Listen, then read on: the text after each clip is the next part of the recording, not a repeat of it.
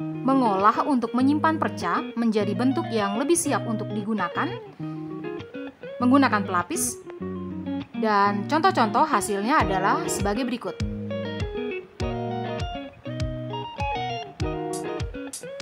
Mari kita buat. I'm Bayanaka Craft.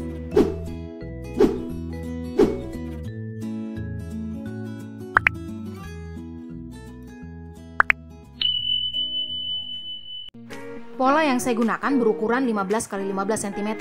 Ukuran pola ini sebetulnya opsional, disesuaikan dengan kebutuhan.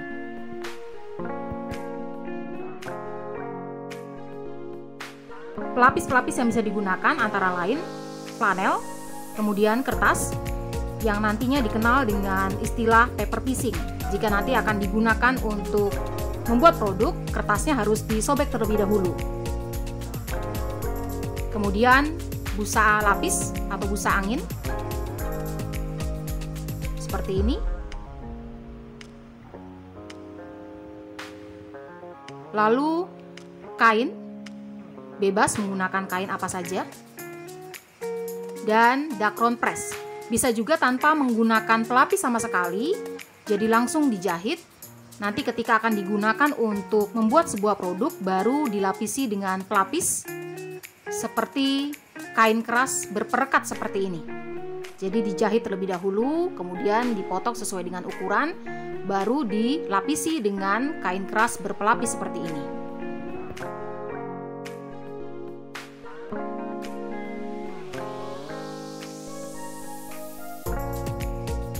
Dan pada tutorial kali ini saya akan menggunakan dakron press sebagai pelapisnya. Dakron press yang sudah dipotong dengan ukuran 15 x 15 cm, kemudian kain. Saya menggunakan sembarang kain dengan ukuran yang juga sembarang. Kita bisa mulai dari ujung maupun dari tengah, bebas. Pertama-tama langkah yang dilakukan adalah menumpuk dua buah kain dengan sisi bagus saling berhadapan. Jadi sisi bagus saling berhadapan, tumpuk, kemudian kita jahit dengan kampu 1 cm. Bebas saja penempatannya. Seperti ini saya jahit 1 cm. Kemudian saya potong kelebihannya. Lalu buka tumpukan. Boleh disetrika jika perlu. Kemudian kain berikutnya ditumpuk lagi dengan sisi bagus saling berhadapan.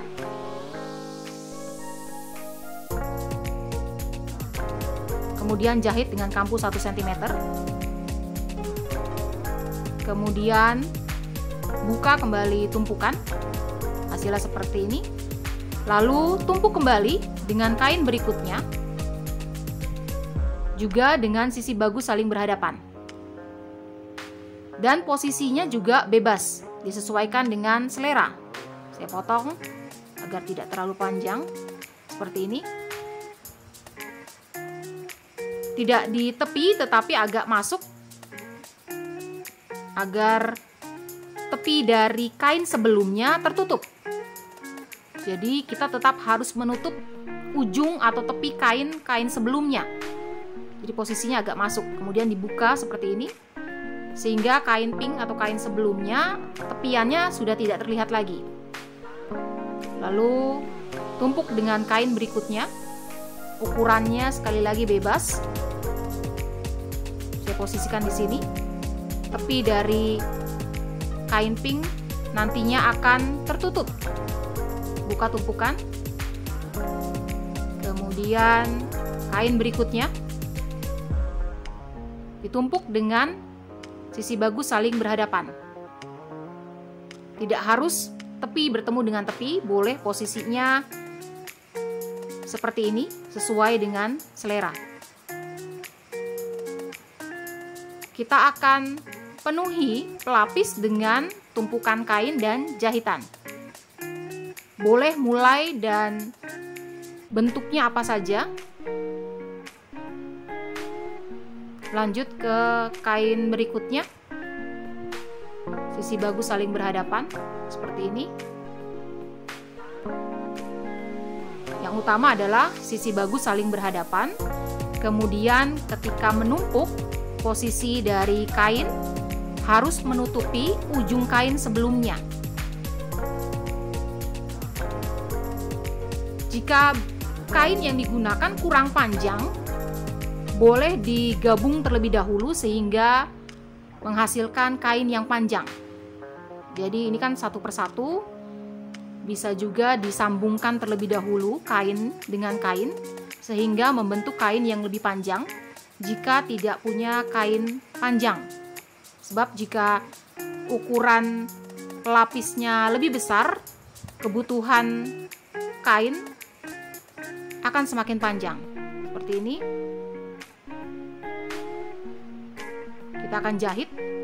Silakan kombinasikan kain sesuai dengan kebutuhan dan selera dengan ketersediaan bahan.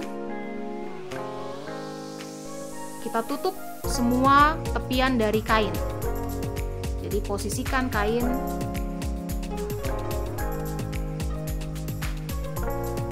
untuk menutup ujung-ujung atau tepi-tepi dari kain sebelumnya.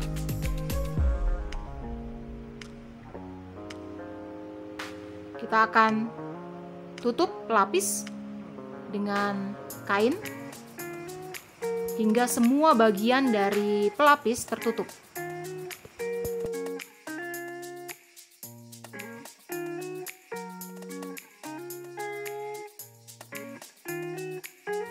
Kita bisa balikan juga kain untuk mengecek apakah sudah tertutup semua atau belum pelapisnya.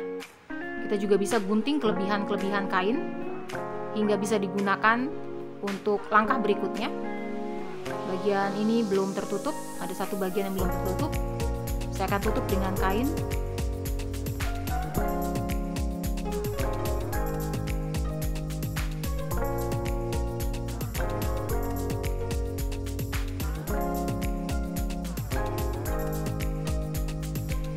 Saya tutup dengan kain panjang yang panjangnya melebihi 15 x 15 cm. Tetap berpatokan pada sisi bagus bertemu dengan sisi bagus, kemudian jahit dengan kampu 1 cm dan buka tumpukan. Walaupun semua bagian sudah tertutup, kita juga masih bisa menambahkan kain lain agar bentuknya atau kombinasinya menjadi lebih banyak. Dan ini opsional, bisa ditambahkan bisa tidak.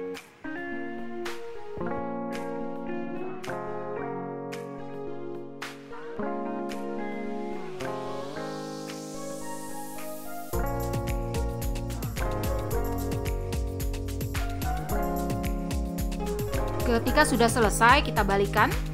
Kemudian kita akan jahit keliling dari pelapis dengan kampu kecil.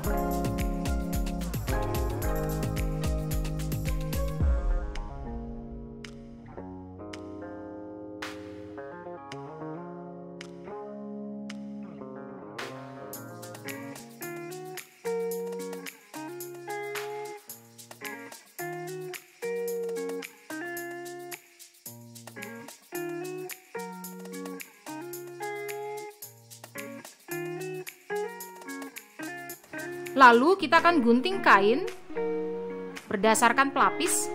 Jadi kelebihan-kelebihan kain terhadap pelapis kita gunting. Yang nantinya akan kita gunakan adalah kain yang terjahit pada pelapis.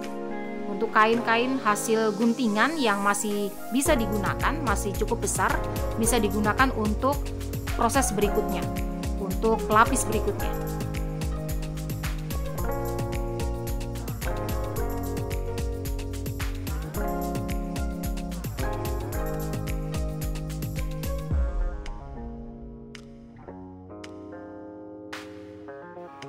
Dan hasilnya adalah sebagai berikut.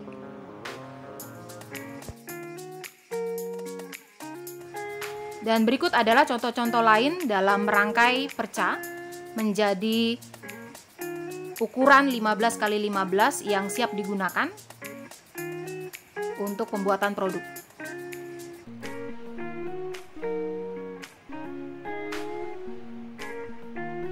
Beberapa bentuk atau posisi dari kain perca yang boleh di mana saja, bebas di mana saja. dengan tetap berpatokan pada sisi bagus bertemu dengan sisi bagus, kemudian jahit dengan kampu 1 cm, buka tumpukan, tumpuk kembali dengan kain yang berikutnya dengan menutup tepian dari kain sebelumnya.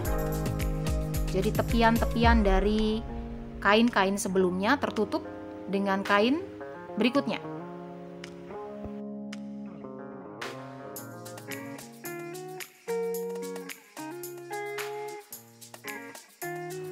Posisi ukuran dimulai dari mana saja boleh, dengan tujuan untuk menutup pelapis dengan kain perca. Kemudian jika sudah selesai tertutup semua pelapis, kembali kita lakukan hal yang sama, kita jahit keliling dengan kampu kecil. Kemudian kita gunting kelebihan kain terhadap pelapis sehingga yang kita gunakan hanya kain dalam pelapis. Dan berikut adalah contoh proses yang lain.